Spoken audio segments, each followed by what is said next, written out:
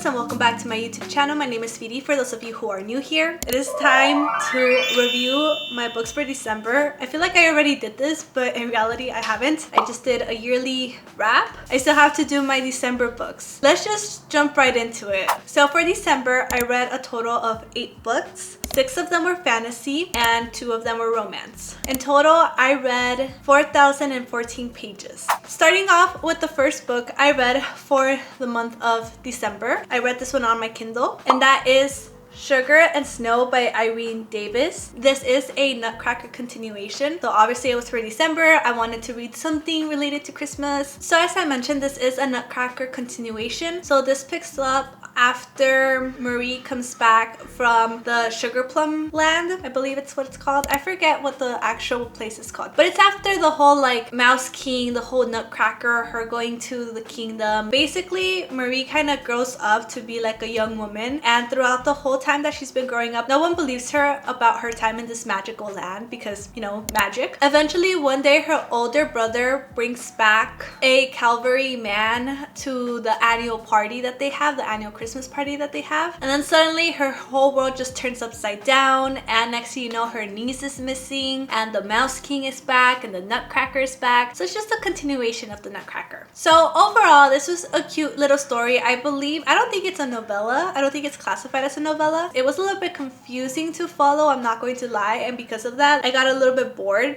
towards the middle. The beginning was cute, the ending was okay. I just got really bored in the middle, but it did make me excited to go see the Nutcracker, which is the ballet I saw in December. Overall, it was okay. I ended up giving it a 2.5 out of 5, and there was absolutely no spice on this. So the book I picked up after that is Quicksilver by Callie Hart. This is a book I was reading for one of the book clubs I'm in. This is a fantasy, a romantasy I would call it. So Quicksilver starts off with our main character. I believe her name is Ceres. She's basically this really great thief. She makes it seem like she's like the most well-known thief. I'm not sure about that. She was outside of the territory that she's supposed to stay in, stealing stuff in order to be able to get some money for like more water rations and stuff like that, when she actually ended up stealing from one of the queen's soldiers. Eventually she's brought back to the palace, and right on the brink of death, Ceres accidentally opens a portal to another world. That's kind of like a quick summarized version. Of course, there's like a main male love interest, a bunch of other characters, but I don't want to go too much into detail. Y'all can just read that. Overall, I enjoyed the concept of the book. I feel like the whole Quicksilver and alchemy of it all made the story a little bit more complex. I'm so sorry I keep using my hands. However, I feel like another round of editing would have done this book justice, just because there was a lot of like continuity issues, grammatical errors and stuff like that were really hard to ignore sometimes, especially with the continuity situation. Like I remember discussing in the book club that we were just like, wait. It was confusing. I wasn't sure if it was meant to be a setup for the second book or if it was just like lack of editing. I believe this was considered a slow burn enemies to lovers. I don't see that. It's not really a slow burn in my opinion. I feel like a slow burn, you're really gonna have to drag it out till the very end of the book. It's not necessarily like that. And the enemies to lovers, I wouldn't call it enemies to lovers. I think it was just the way it was being promoted, that's why. And then I think the last thing that I had like my issues with was the ending. I was a little bit confused. I wasn't sure how I felt about it. You could tell that it was more of a maybe there will be a second book, but now we know there will be a second book. I think, like I said, a lot of its faults just came down to editing and like the editing process. And I believe this might have been an indie book before it got picked up or something like that. Maybe the author will have more resources to be able to improve on their second book, but at least in the meantime, the concept was good, the story was good, the execution was lacking just a little bit, and I feel like that's a little harsh, but that was just how I felt personally, and I ended up giving it a 3 out of 5. As for spice,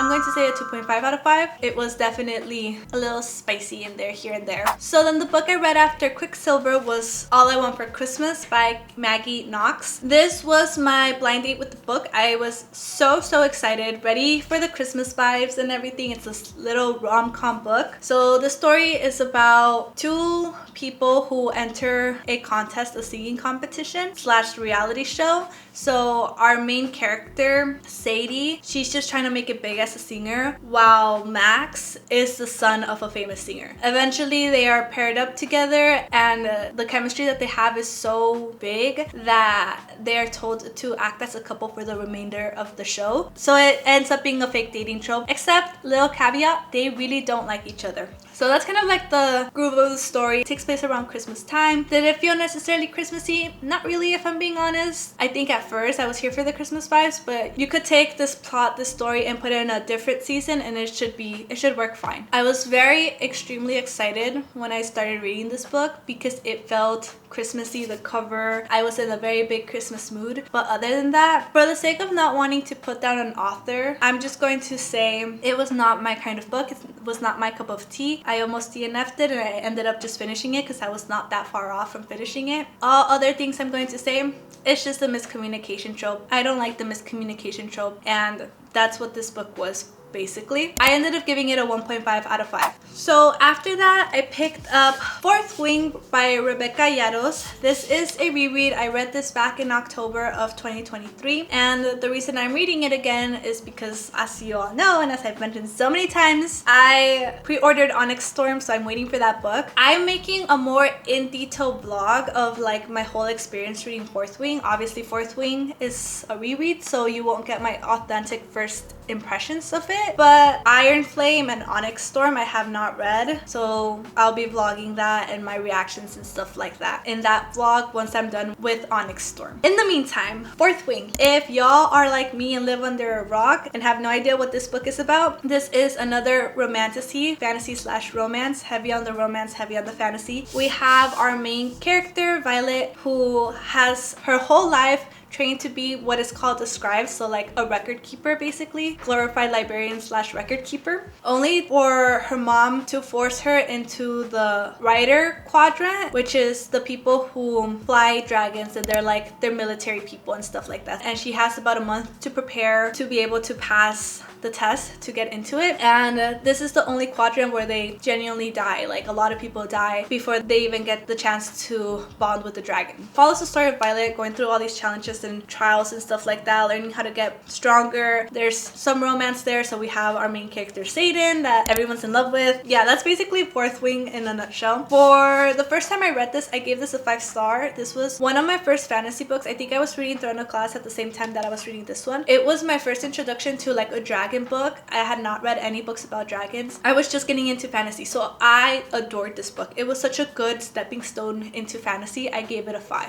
After reading my fair share of fantasies, I have critiques now, unfortunately. So as a reread, I feel like all of my points still stand that I had at my original comments and concerns and stuff like that. So if y'all are interested, this is the video that I made back way when I first read this. One of the things that I still absolutely wish was the enemies to lovers. Like I said, I've seen enemies to lovers done right now, and I want that tension, that hatred, that like thin line of hate and love. They're more flirty than anything. I feel like the enemies to lovers could have been dragged out. There could have been a lot more tension, especially considering the history that these two characters have. Definitely could have been a lot more tension, if we're being honest. And I think that's one of the problems, is that there's not as much character depth as I remember there being. So if we just went a little bit more into Violet's background, she has so much to sort through that it would have been honestly amazing to see a lot of that. That would have meant pushing out the romance and dragged it out a little bit more to maybe even the second book, because then you can focus on building the characters and have more connection. I absolutely love the dragons. I wish there were more dragon time. Another thing that I wish for was that there was more world building outside of Basgiath. I feel like we focused so much on the college that we didn't really see the rest of the world, and because of that, I feel like the rebellion didn't make too much sense because I didn't really truly understand what the rebellion was about. Just a little bit more world building can make the story flow a little bit better. But again, I haven't read Iron Flame, so maybe there's more world building there. However, I still really enjoyed this book. I still think this is a really great book to get into fantasy. So it is a really good stepping stone if you want to go get into more epic fantasy. Just don't expect it to be compared to some of like the best fantasy novels, because people will laugh at your face if you do that. Yeah. Talking from experience. Anyway, Fourth Wing. I'm gonna rate this a 4 out of 5 as a reread. As for spice, I'm going to give it a 2.5 out of 5. I'm gonna give my camera a rest because it's overheating and it's about to die. always having camera issues for these videos. The next book I picked up was The Hero of Ages by Brandon Sanderson. This is the final book to the Mistborn trilogy. This is my first Brandon Sanderson series that I've read and completed, so this was really exciting to read. As I mentioned, this is the final book. I'm not going to give too much of a background, but basically something was released. Vin and Ellen are trying to figure out how to destroy it and help their people. That's as in-depth as we're going to get. If you've been wanting to read a little bit more epic fantasy like me, I feel like Brandon Sanderson was a really good place to start. This is like a high fantasy kind of genre. This book was a whirlwind. Wow, so much happened in it, and it was so philosophical. It made you think. We talk about religion a lot in this book, and I'm not talking about major religions. I'm talking about kind of more like the origin of religion, the formation, how people create religions and people's beliefs and stuff like that. It gets very philosophical, especially because of this one character in here. Obviously a lot of politics. I feel like the second book was heavier on politics. This one not as much. This one has a lot more fighting, a lot more magic in it and stuff like that. I feel like the counterbalance was just to talk about religion. Very philosophical book.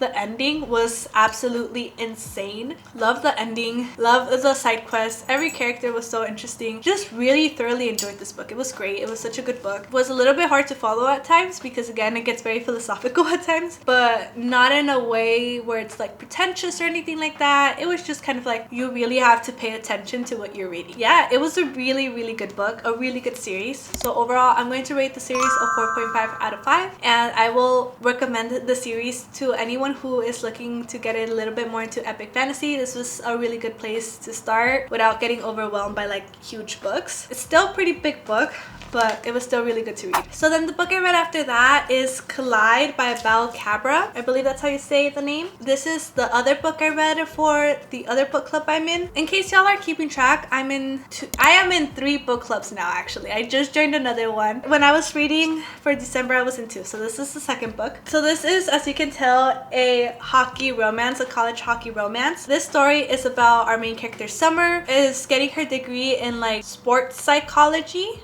is what it is, something like that, and she is trying to do a thesis. I'm not sure if it's a thesis, but some kind of project. She's trying to do a project to get into a grad program that she's really interested in, and her advisor tells her to do her project on hockey, and she wants nothing to do with hockey. She absolutely hates hockey, especially hockey players, so she was just really against it. But of course she decides to just listen to her advisor. She meets up with the team captain of the hockey team of her school. They have like the worst first impressions of each other, and eventually they kind of learn how to work together, and then the romance kind of blossoms from there. As for the book itself, I thought it was very easy to consume, a very typical college romance story, a little spice here and there, and I don't know if this is a spoiler, but there's no third act breakup, which I am so thankful for. But I think for me the major issue with this book was just Summer. The main character, and that's mostly because like this hate for hockey that she has, it's so extreme that she treats people differently because of it. And I think that was like the main issue for me, is that when I did read about that, it rubbed me the wrong way. I genuinely thought that there must have been a death related to hockey or something like that for her to like have such disdain for it. And like, don't get me wrong, traumas are traumas. Everyone deals with it in their own way, but I feel like once you start treating people wrong because of it, that's just like, okay, you have to work on it. Other than that, like, it was a book. It was a romance book. Nothing spectacular, nothing that really stood out. And unfortunately, because of like the whole like Summer issue, I just couldn't get past that. I did end up giving it a 2.5 out of 5. As for spice, I'm going to give it a 2.5 out of 5. I'm not big on sports romances. Normally, I don't gravitate to them. That also might be a reason why, but again, just not my cup of tea. Something that we read for the book club, and I'm just like, okay, you know what? Something different and a little buffer between series. So the book I picked up after that was House of Flame and Shadow by Sarah J. Maas. This is the, I don't want to say the final book because I've heard that another book is coming out. I might be wrong, but this is the 3rd book in the Crescent City series. It basically kind of brings to an end Bryce's story. Without spoiling too much, Bryce is in another world. She's trying to get back to bring back help, and a lot of side quests happen. For my non-spoiler review part of the of the review. Bryce really annoyed me. Again, with the annoying main characters. The difference here is that I actually liked Bryce at the beginning. She was just really annoying, and I feel like they really like leaned into the party girl stereotype that she likes to portray herself, and maybe she was just coming off too much as a party girl, but she just felt very insensitive at times, and like she just did too many things carelessly, and I feel like it was trying to be what Aelin is without succeeding properly. In fact, the whole story felt like it was trying to be what Kingdom of Ash was, and it was just not there. So Bryce annoyed. Hunt, I didn't care much for Hunt throughout the whole series. He was very much like a secondary character for me. However, Rune and Lydia eats. She is, ooh, love Lydia. A lot of side quests. I was really happy with the Rune and Lydia story aspect of it all. Now, spoilers, skip over if you just want to hear my rating. As for the little ACOTAR scenes that they had, it ended up feeling more like a fan service, like Mash just kind of leaned into all of these theories rather than her actually having a reason as to why all of this is connected. Who knows? I might be wrong and everything is connected, but that's what it felt like personally for me. It didn't feel necessary. It felt more like a fan service. Yes, I understand that the mask and like all of the stuff, all the history comes from that world, but hell knew this whole story, so it could have been told in other ways, and she could still have gone without interacting with anyone. So it just, a lot of it was just like, okay, sure, fan service. And this is why Bryce really annoyed me. I just didn't like the way she acted around this world in general. It was too like, who cares, you know, like I just want to save my people, I don't care what happens to anyone else. And that's how it came off. I know it wasn't necessarily true, but that's how it came off to me. Oh, I absolutely love the reference to Aelin, to Throne of Glass, for Lydia's heritage. Love the fact that her fire might just be related to Aelin's fire. Like, so excited. However, please do not touch Throne of Glass. Like, they need to rest. They need their happy ever after. I don't want them being pulled into another series. Like, I really don't. Maybe Dorian, just because I would like to read more about him, but also like I just don't want them to go through that. That's how I felt with ACOTAR. They just need to be happy. Does anyone else feel that? They just need to be happy. Like, just leave them alone. Let them be. Please, let them be. But even before knowing what we know about Lydia, I just really liked her in general. Like, from the second book, I kind of had my suspicions, and I'm like, it's her, she's the one. Turns out she was just such a badass character. I feel like Lydia is what Bryce was supposed to be, but it just, again, didn't come off that way. But Lydia was just great. Just love Lydia and Rune. I was here for the romance story, and honestly, I just wanted to know what happened to Lydia and Rune and all of that. So yeah, overall, I'm going to give this a 4 out of 5. As for Spice, I'm gonna give it a 2.5 out of 5. As for the overall series, I think it was an okay series, but considering her other work, this is not my favorite of hers for sure. It's my least favorite series, and not because of the whole like modern world that they have. It's more of like the characters themselves. Just I couldn't connect to them as much. But yeah, that's Crescent City. Finished it. If y'all are interested, go for it. I can't believe I'm done reading all of Mass's books. So we'll see what she comes out with next. Please, Mass, leave Throne of Glass alone. Let them be happy. Let them be happy. The final book that I read for the month of December is The Night Circus by Erin Morgenstern. This is another fantasy book, but I would consider this a historical fantasy. This is more of a historical fiction with some romance and fantasy subplots. There we go. That's what I meant to say. So the story is about our main characters, Celia and Marco, who are entered at literally like a very young age into this competition where they are competing against each other, and it's like a magical competition, right? And so they are being trained their whole life on how to use certain type of magic and how to go about it, and like the rules of magic and things like that, to train for this competition. Throughout this whole time, they don't know who their opponent is. They are not really told what the rules are or how the game is played. They're just told that they're in this competition. Eventually we find out that the venue is going to be a circus, a night circus,